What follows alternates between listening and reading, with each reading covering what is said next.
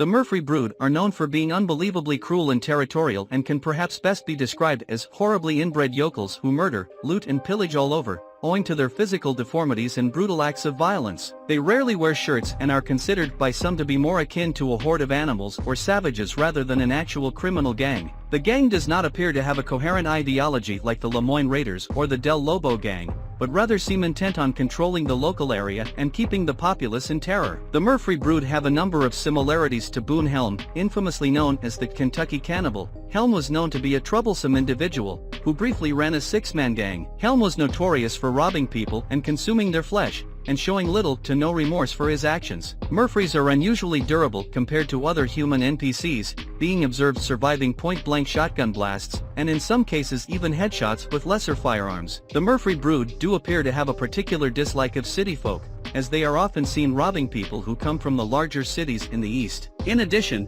the brood appear to be opposed to the ever-growing industrialization of the local area. Unlike other outlaw gangs like the O'Driscoll Boys, the Murphrees don't carry any valuables and players mostly receive cigarettes, tonics, and herbs from looting them. Another difference is that the Murphrees don't camp in the wilderness. Instead, players usually encounter the Murphrees while they are looting at travelers' camp. Murphrees participating in scripted ambushes against the player will always carry money. The Murphree brood frequently use volcanic pistols and double-barreled shotguns, making close-quarters combat with them a very deadly prospect due to the damage they deal. The Murphree family first immigrated to the United States in the 1700s, moved to Roanoke Ridge sometime after, and lived a comfortable life. After the industrialization of the area, they were forced to seek seclusion in Beaver Hollow. It was here that they began their gradual descent into savagery, and by the year 1899 were known for brutally torturing, murdering, and dismembering their victims as well as imprisoning women they captured before raping and torturing them, often for days on end before killing them. These horrible deeds made them feared all over the Roanoke Ridge area. Some groups of Murphrees have custom cattleman revolvers and double-barreled shotguns in blued steel with iron sights or trigger guards. They use a method called bluing, a passivation process in which steel is partially protected against rust using a black oxide coating. The Murphrees live in secluded areas and don't have money to buy gun oil to keep their weapons in good conditions. The Murphree brood are quite similar to the Skinner brothers found in Tall Trees, West Elizabeth, owing to all three gangs' extreme brutality, savagery, and them being more like a band of crazed serial killers than a gang of outlaws. The first few times the player camps in Roanoke Ridge, they will be approached by Murphrees at their campsite,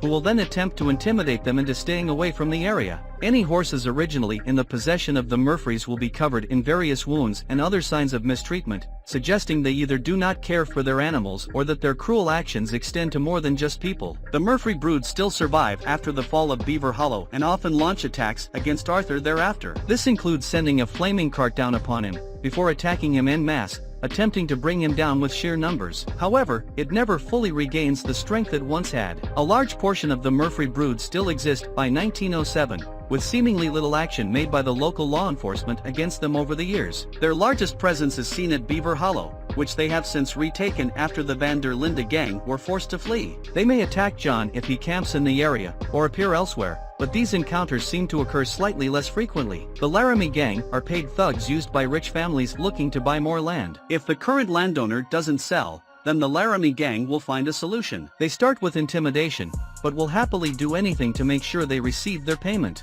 No one is safe when they have a contract, and they take pleasure in killing anyone or anything that gets in their way. The name of the gang, derived from the French surname Laramie, often refers to various locations in Wyoming, including a city, county, river, and mountain range. The gang's characteristics and actions in the game, including intimidation, assassination, etc., reflect those of gunmen hired typically by large ranches during the early 1890s in Wyoming's infamous Johnson County War, which has been a popular basis for countless Western novels, films, and television shows. The Laramie gang cannot be encountered before the epilogue. Unlike any other gang in the game, the Laramie gang is the only one whose members are identified as stranger instead of their own gang name when the player interacts with them. John Marston first encounters the Laramie gang in 1907, when he arrives at Pronghorn Ranch with a supply wagon. Two members commandeer his wagon, but John chases after them and retrieves the wagon. After this incident, John becomes a ranch hand on the ranch. Several Laramie gang members later arrive at the ranch and threaten Abe,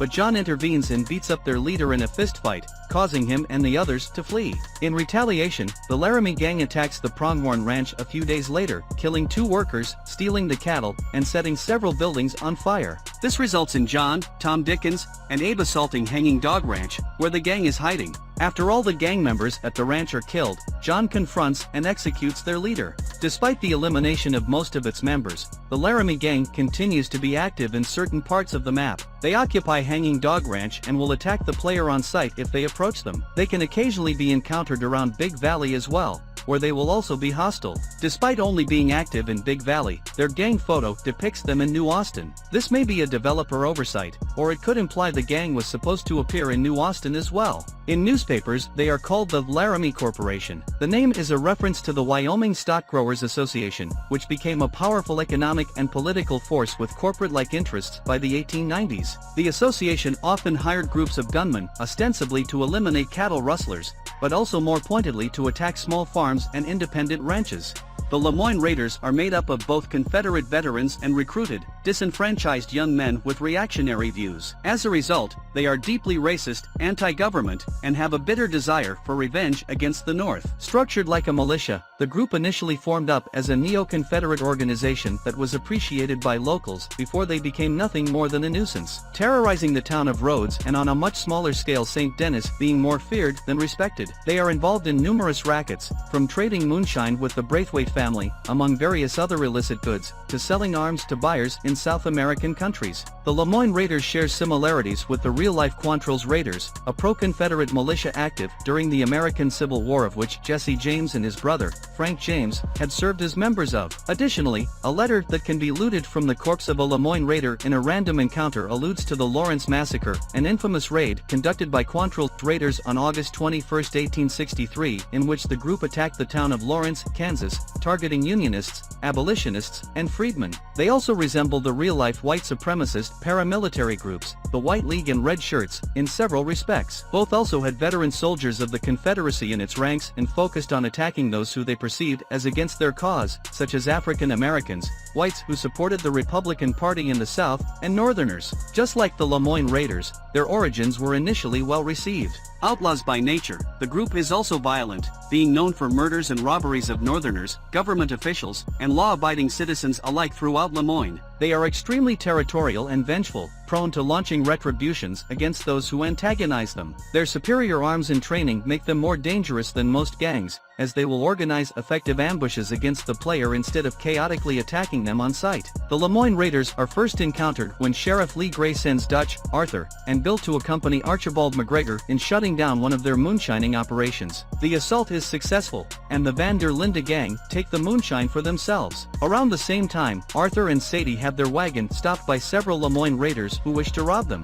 Sadie shoots at one of them, initiating a battle in which the group of raiders are slain. The Lemoine Raiders are encountered for the last time when Arthur and John are sent to Shady Belle to clear it out, in order to make it the gang's next camp location. When the duo arrive at Shady Belle, they are attacked by 2 Lemoine Raiders. They are shot dead, and afterwards, Arthur ventures upstairs and kills 2 more raiders taking shelter in the upstairs rooms. He then finds an elderly Lemoine Raider in the master bedroom. Unless the player kills him before, during, or immediately after the speech he gives, he then proceeds to shoot himself in the head with a revolver, ending his own life. Later in 1899, a newspaper article reports that most of the Lemoine Raiders members have fled to areas in Texas after repeated clashes with the government and law enforcement. It is also stated that Lemoine Raiders are well received in Texas, as the locals share their disdain for paying taxes and the U.S. government. By the time of the epilogue in 1907, the Lemoine Raiders can still be found throughout Lemoine, but to a lesser extent than they could 8 years prior. Compared to the guns dropped by other gangs, the guns the Lemoine Raiders use,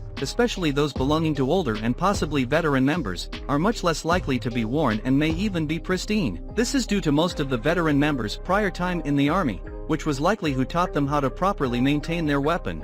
The Foreman brothers, also referred to as the Foreman Boys, are an African-American outlaw gang. The gang is led by Anthony Foreman. It is unknown when the gang was formed, but it is seen that the gang is predominantly or completely made up of African Americans. At some point, a young woman called Tilly Jackson joined and ended up killing Malcolm Foreman, one of Anthony Foreman's cousins, before fleeing the gang after years of abuse. Tilly says it was for a justified reason and hints Malcolm tried to make advances on her. Despite her reasons, Anthony seeks revenge on Tilly, viewing her actions as betrayal. The Anderson boys were founded sometime before 1899 by Anders Anderson. According to the newspapers, they soon instigated a reign of terror in Scarlet Meadows. One of the more notorious crimes they committed was the kidnapping of 3 wealthy individuals, whom they ransomed back for a sum $2,000 each. 2 of those they ransomed back were horribly mutilated. Unfortunately for them, the sheriff of Rhodes as well as his deputy eventually tracked them down shortly after the Van der Linde gang arrived at Clemens Point. The Watson boys are a gang of outlaws that can be found at the Watsons' cabin in Big Valley, West Elizabeth. Led by Mama Watson, they consist entirely of her 4 sons. Arthur has the option of interacting with, robbing, or killing Mama Watson. If she was spared, the 4 Watson boys will later visit their mother to tell her about trying to use the money they get from their criminal exploits to move her out of the country. She will express disinterest in the plan. If Arthur attempts to enter the house, the brothers will attack him, and he has the option of killing them all, subduing them, or simply running away. If all of her sons are killed, Mama Watson will curse at Arthur. She can be killed as well. If Mama Watson is left alive, the player can later find her rotting corpse in her bed during the epilogue. They appear to be partially inspired by the Dalton gang from the French comedy western comic series, Lucky Luke, due to being a gang of 4 brothers with the mother as the leader. Similarly, they also live in a small cabin in the woods. Unlike most of the game's gangs, who spend a lot of their time robbing and killing for money, the Skinner brothers don't seem to care about that at all. Everything that the Skinners do seems to be focused on killing and torturing people in terrible ways. Although they don't show up until the John Marston-led epilogue, the sheer cruelty of their actions makes them arguably the most memorably horrific gang in the game, only rivaled by the Murphree Brood and Night Folk. The Skinner brothers are a gang of ruthless killers and thieves who move from place to hunt and kill animals and people alike. The Skinners are notorious for their cruel and sadistic acts and horrific tortures. They're known to, among many things, scalp, dismember, disembowel, roast and flay people alive, being less like an outlaw gang and more like a cult of deranged serial killers. They seem to be nomadic, and completely cut off from civilization. As such, the gang has no formal dress code, though many of them do possess large, unkempt beards and scruffy clothing as a result of their lifestyle. The Skinner brothers can sometimes be heard muttering some odd statements if the player gets close without being detected. In these lines of dialogue,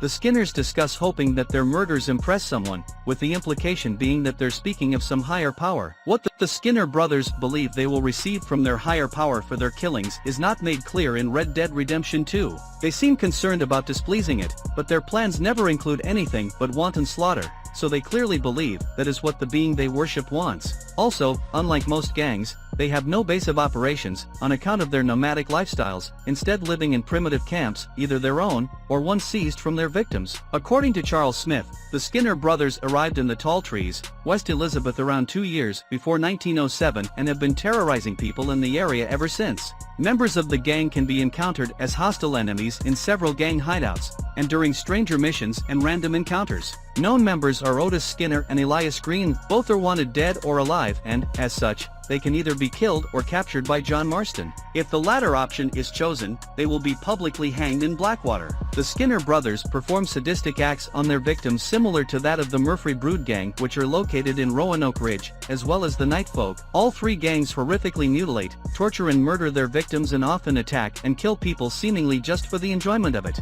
Many members of the Skinner brothers wear similar clothing to Dutch's gang in Red Dead Redemption. Some are also of native origin, which further adds to the similarities. Additionally, the Skinners are endemic to Tall Trees, which is where Dutch is mentioned to have been sighted and later operates his gang in. Unlike other outlaw gangs, the Skinner brothers don't have a main hideout that players can attack. Despite Charles Smith stating that the gang arrived in Tall Trees 2 years prior to 1907, they can be encountered as enemies in the region as well as the Great Plains in Red Dead Online.